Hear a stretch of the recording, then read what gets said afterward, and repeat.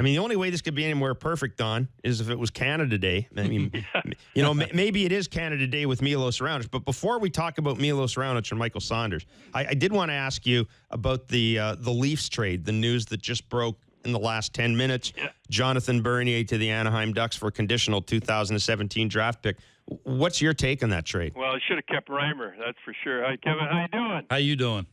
Good to talk to you. all the time. No, they should have kept Reimer. I couldn't understand they let him go for. If you look at his stats, they were unbelievable last year, and I don't know why they kept. They were in love with Bernier. They got rid of a $4 million, and I hate to say it, but I never liked him from the start. And why they get rid of Reimer, I don't understand. They should. Of course, it's easy for me to say. I guess they didn't. Nobody wanted Bernier. Yeah, the one thing, Don, I always thought about Reimer, and you've been around Toronto longer than I have, but when I have a goalie who likes the market, doesn't mind dealing with the media, he was good with us, and after some bad games, I might want to kind of keep that guy around in some capacity because I know that at least I'm going to have a happy guy. And he loved Toronto. And if you look at his stats, I don't want to put the Leafs down.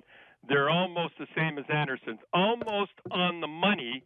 And he played in that nightmare last year, and the whole deal. And what I'm saying is that his stats are the same as Andersen's in 40 games. And why they let him? He was the guy that took them, the only guy that took them to the playoffs. And somehow or other, they blamed him for the seventh game. If you remember that game, I remember Chara standing in front of the net, and remember Dion. We didn't even want to touch him. I mean, that was ridiculous to blame him. And here he is, the guy that puts them in, and then they go and get Bernier, give him a $4 million contract. That was what. And this kid is shoved to the side.